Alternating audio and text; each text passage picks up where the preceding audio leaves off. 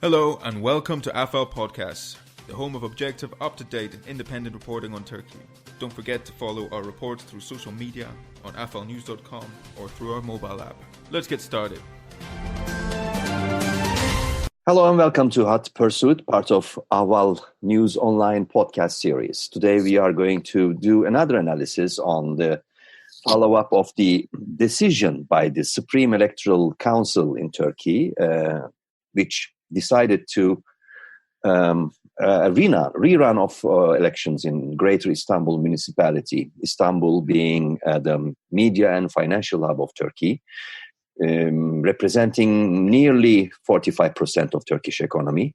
Of course, it's very important, but politically, of course, this rerun decision sent ripples all across Turkey and also in the international arena. As many say that is a rupture point, breaking point, Rubicon, perhaps for Erdogan, perhaps not. But we are going to discuss this issue and listen to the analysis by Stephen Cook, Enrico Mattei Senior Fellow for Middle East and Africa Studies at the Council on Foreign Relations, one of the experts on Turkey. Welcome, Stephen. It's a great pleasure to be back with you, Yavuz. How are you? Fine, thank you. It's a great pleasure. And I think we will also draw more pleasure about your latest article. You were admitting after Ekrem Imamoglu winning, Ekrem Imamoglu being the current mayor of Istanbul, no longer, of course, but he won the elections by any accounts. And you wrote an article saying that because you were predicting, like many of us, that Erdogan would continue to win Istanbul. But I think it was a premature way of saying mea culpa. But I don't know. Do you agree? Well, I think yes and no. I went back and read it just before because I read it over this past weekend because everybody who I spoke to regarding Turkey, whether in an official capacity in the United States or Turks in Turkey or Turks outside Turkey, expected that Monday would be the day when the Supreme Electoral Council voided the Istanbul mayoral election. And so I went back to read my mea culpa because I had been kidding around with some of the other Turkey watchers in Washington, whether I needed to issue a mea culpa to my mea culpa. But just to give your readers somewhat of a context here, in my regular column in Foreign Policy, 3 or 4 days before the March 31 elections, I said that Erdogan was weak, but he was also invincible. And that for 4 reasons, I believe that whatever headwinds that the AKP was encountering, they were still going to win. And it turned out that they did not. And the biggest surprise of all was the fact that Ekrem Imamoglu won in Istanbul. This was something that I did not expect would happen. So I wrote a mea culpa that appeared on my blog from the Potomac to the Euphrates, and outlining where I had gone wrong, what my thinking had been. And in fact, you were one of the ones who said to me, maybe you were too quick in the mea culpa. But I went back and read it over this weekend, and I must say, I think it still holds up. I mean, of course, the AKP and President Erdogan have now use their influence with the Supreme Electoral Council to void the election, but it still remains that Ekrem Imamoglu did win the election. The headline holds: Erdogan is weak and invincible. Perhaps we would say right. Erdogan is invincible but weak. right. That's exactly right. So it turns out Imamoglu won. I think I overestimated a number of things. He won, but it also turns out that instead of rigging the election during the actual moment when Turks were voting, they are essentially rigging the outcome post hoc. That is that they've, as I said, nullified the election. They're going to change rules and regulations surrounding the election and do everything possible to get the outcome that they want, which I think we can expect. I know that there's a debate right now, people saying, oh, well, Imamoglu is going to win with an even bigger margin this time out. And I certainly think, given how definitive I was about Erdogan being weak and invincible in late March, I think we have to keep in mind that there is a possibility that that Imamoglu does so well, it overwhelms whatever efforts the AKP has in trying to rig the election. But it also strikes me that the AKP would not go to such trouble to nullify this election and to then go on and allow themselves to lose on June 23rd. Iran? Hi, Stephen. It's always a privilege to ask you a question and hear your insight. It is a privilege to be asked questions by you, Ila. Thank you so much. I am humbled. Stephen, there are two different ideas about this rerun. And one is that Erdogan is not going to rerun election unless he knows he's going to win. And other, well, he just lost election and he may lose again. What side of this argument you are on?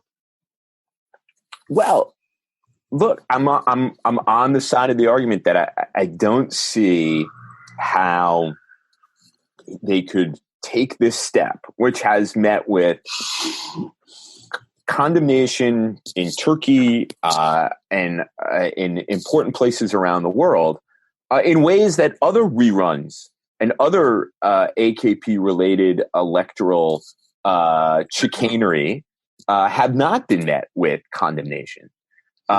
So I think that it would be weird for Erdogan to take this dramatic step after losing to undermine the elections and then to proceed in a way in which he does not ensure his victory. That seems to me that runs against everything that we know about Erdogan, everything we know about the AKP, and everything we know about Istanbul being critically important to AKP or any party that controls it. So I'm willing, given the fact that I didn't call the outcome of the elections in late March correctly, I'm willing to believe that there is a possibility that he could lose, that there's the outcome that this decision to nullify the elections has so affronted the dignity of Istanbulis, whether they are supporters of Ekrem Imamoglu or not, that in this rerun, Imamoglu could win even more. That is certainly a possibility, but I'm not convinced it's even going to get to that. I think the outcome is going to be predetermined in favor of the AKP candidate. And let me just underline one more thing. There has been a lot of kind of clothing rending about what the AKP has done here, but there have been electoral irregularities in Turkey for at least the last 6 years. And and in 2015, the AKP lost its parliamentary majority, and Erdogan sabotaged government coalition talks and engineered the political environment in a way that they had to rerun the general elections in November, and the AKP regained its parliamentary majority. In 2014, the AKP stole the mayoral election in Ankara. The 2017 amendments to the constitution required the AKP to go back on an electoral reform that it itself had pushed through parliament. So I think the AKP is weak in a lot of ways, but it has been able to use its control over rules, regulations, and decrees in order to get the outcomes that it wants. And so I think that might very well happen again in June 23rd. In my conversation with Howard Eisenstadt, my good friend Howard Eisenstadt, your good friend Howard Eisenstadt, and he basically said that predicting more or less the same outcome, saying that Erdogan is basically playing with loaded dice. And this will not be changing. Do you think this just reinforces for me the notion that Howard and I agree on most things except 1980s music? Yes, I think that's absolutely right. The Erdogan is this is not going to be a free and fair election. Let's put it that way. Mm-hmm. The conditions are the same. Media up to 95% almost controlled by the government, and the judiciary is subservient. And as the High Electoral Board, the ruling shows, it's also been subordinated to the political power. etc. And also there is a huge control of the crowd still. And the latest news is, of course, the detection of nearly 1.5 million voters who didn't go to ballot boxes on 31st of March, potential voters for AKP and MHP, sorry. And Erdogan gave orders for full-scale mobilization of these people. So you'll see, municipal buses and stuff being used to get people to the polling stations. Exactly. But Stephen, in many ways, this was, Erdogan's pattern was always to raise, raising the hand in the gamble of politics and mastermind of engineering politics, consolidating power, etc. And each time he raised the stakes more. This time, of course, compared to the period between 7th of June 2015 through 1st of November 2015 election, what he called then the repeat elections, compared to that one, I think this one was even more visible type of raising the stakes. And this brings the question, as some suggested, has he passed Rubicon? I think it's a very good question. There's certainly, and let's say for our listeners, Rubicon in this context means point of no return to a sort of full scale authoritarianism or whatever you might want to call it. Yes. I think that there is something about this election that Erdogan, and he does this all the time, but there's something that seemed existential about this election, this municipal election, that we've seen every election in the AKP era starting, I guess, in 2007 being extraordinarily high stakes affairs. But this one seemed to have a kind of qualitative difference. I think that, for analysts like myself, I have said that Turkey it features an authoritarian political system, and that really it was only at the beginning of the AKP era when reforms were genuinely being undertaken that there was this promise of a potential transition to democracy. That you could not fairly call Turkey a democracy because the military had arrogated for itself the right to intervene in politics and undermine governments that it was duty sworn to protect. And in fact, we saw that happen in 1960, 1971, 1980, and 1997. And at each point, it's true that the military handed power back to civilians, but only after re-engineering the institutions of the Turkish state to ensure that whatever reason it was that forced the military into the political arena, that they would then prevent that from happening. So Turkey's, some people would prefer to call it quasi-democratic. I would say that it was actually authoritarian. But Erdogan, the irony of Turkish politics is that Erdogan came to power vowing to undermine those institutions that had been used as tools of repression against him and his constituency. And here he is using tools, some of them very similar, to repress his opponents or to ensure ensure political advantage.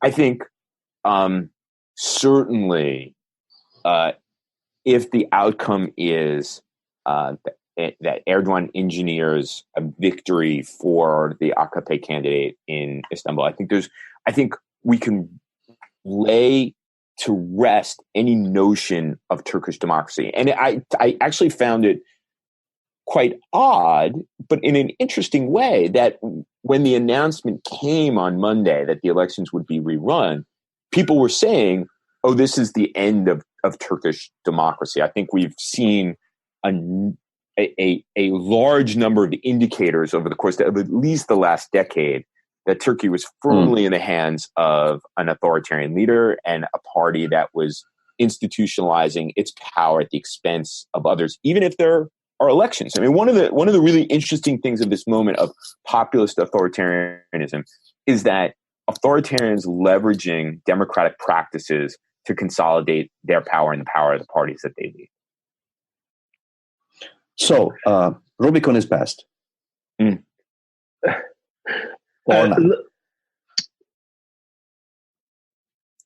May I follow up with another question, if I may?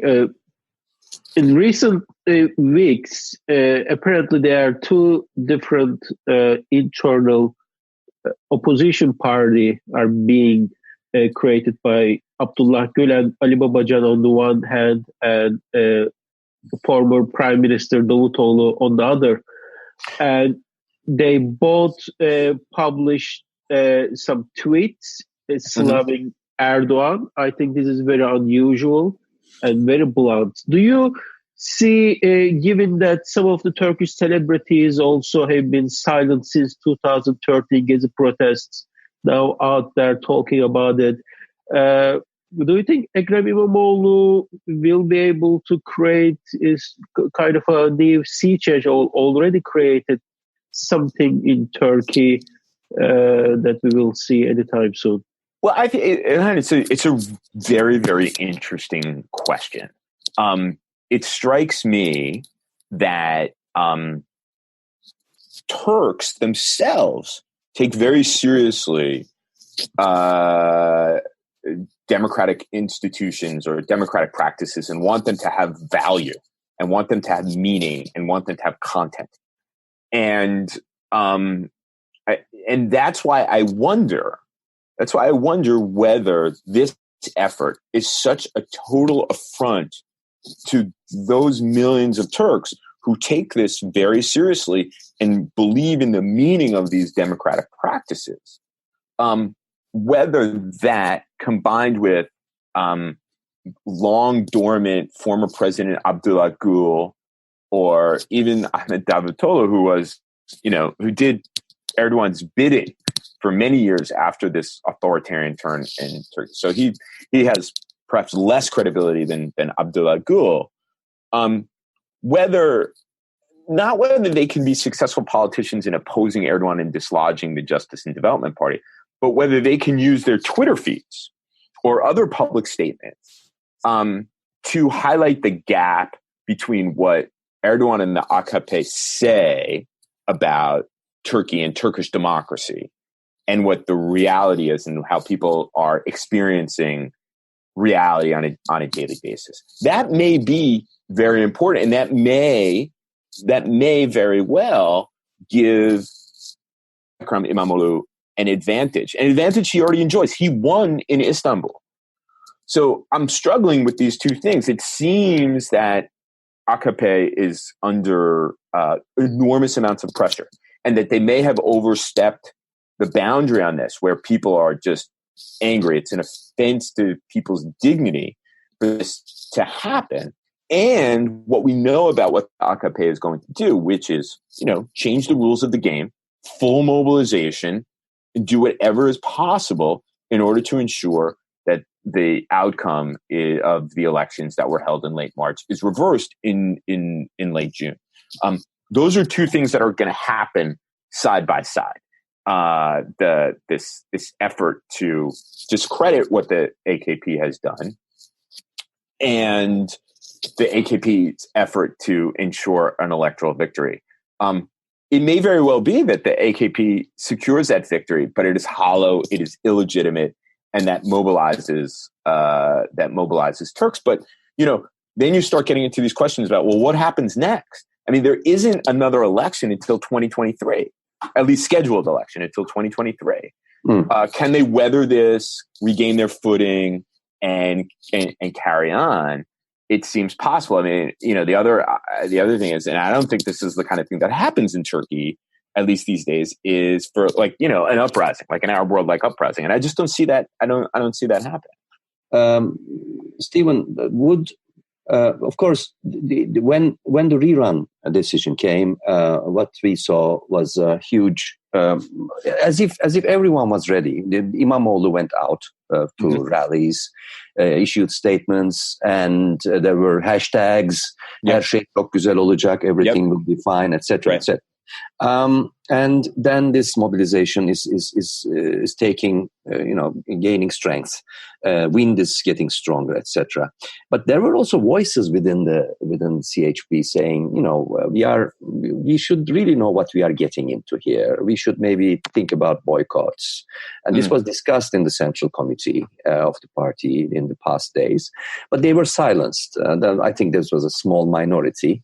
And of course, their argument was like, if we enter again and we more or less can imagine the outcome, we will not only be beaten, but we will also, by participating, have legitimized this highly disputable decision by the board, and legitimized also sort of the order that Erdogan is so pushy to build.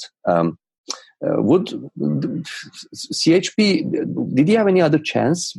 If he took another path, maybe would it be more productive, as some say, or I don't know. Let me answer this question, Yavuz, by way of an anecdote. You may remember that I found myself in Turkey in June of 2013.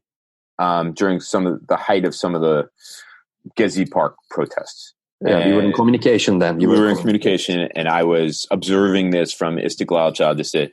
It was a fascinating moment. And this went on for days, and I was there for quite a few of them.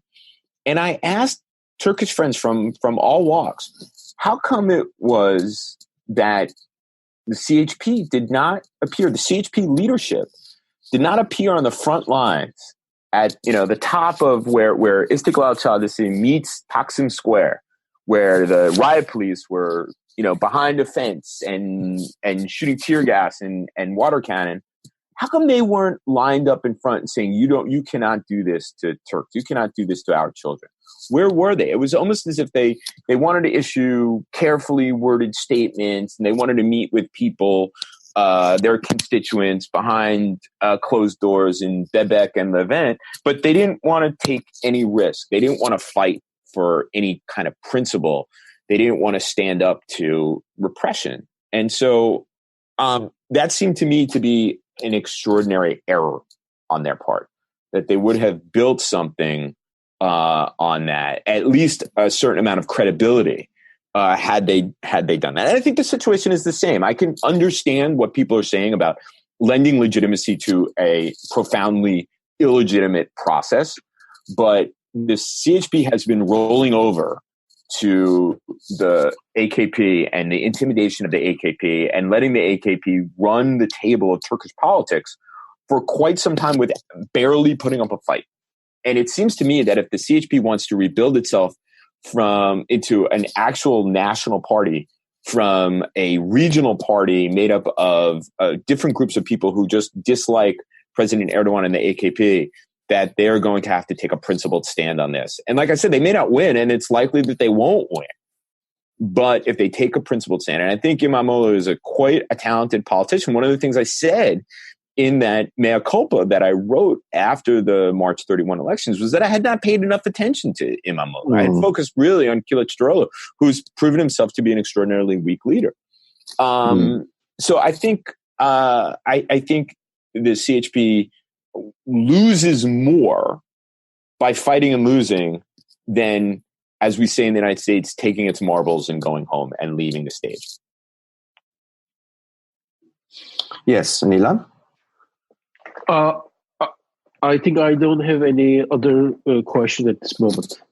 Let's left Ilan speechless. You left Ilan speechless. But I mean, what's going on in Erdogan's mind? Let's say, as predicted, he comes out winning again, but he will then continue to face his real opposition, which is the recession, or to put it more bluntly, their economic freefall. What to expect? Whatever the outcome, I think the scenery will not change much. No, right? I think that's right. And my sense is that he believes that he needs to get beyond these elections and he needs to get down with Istanbul firmly in the hands of the AKP, so it can continue to engage in the patronage politics that it has engaged in, and keep important political and economic forces close to the party. And then muddle through this economic freefall. I don't see Erdogan running off to the IMF. I can imagine a moment where quietly some Turkish officials are dispatched to talk to economic policymakers and decision makers in the West. But my sense is that Erdogan believes, and people close to him believe, that the economic problems that Turkey confronts is not a function of the Turkish government's economic mismanagement, but the function of forces that are seeking to undermine Turkish prosperity. That's at least an appealing political line that you hear from him, and that apparently resonates with his constituents. But I don't see him taking immediate affirmative action through an IMF agreement or something like that to correct the problems that Turkey confronts. I think he's proven since at least last summer that there is some political value to him to muddling through. Now, these elections and the defeat that it suffered may have signaled to him that he can't muddle through, but politically, it seems to me that he's in a box, because to go to the IMF hat in hand would be, I think, is too much freight for Erdogan's politics to bear. Okay. Thank you so much, Stephen Cook, Senior Fellow for Middle East and Africa Studies at the Council on Foreign Relations, one of leading Turkey experts in Washington, D.C., left out speechless today. Thank you both. It's always a pleasure to be on the podcast. Thank you, Stephen, for this great conversation. We'll, of course, follow, and we have 4 more or 5 more weeks to go. Of course, there will be high tension again, as Turkey always is. Part of our summer vacation will go down in drain, but this has been happening all the time. So, so we will. Thank you very much, gentlemen. Thank you. Take care. Bye. Bye-bye.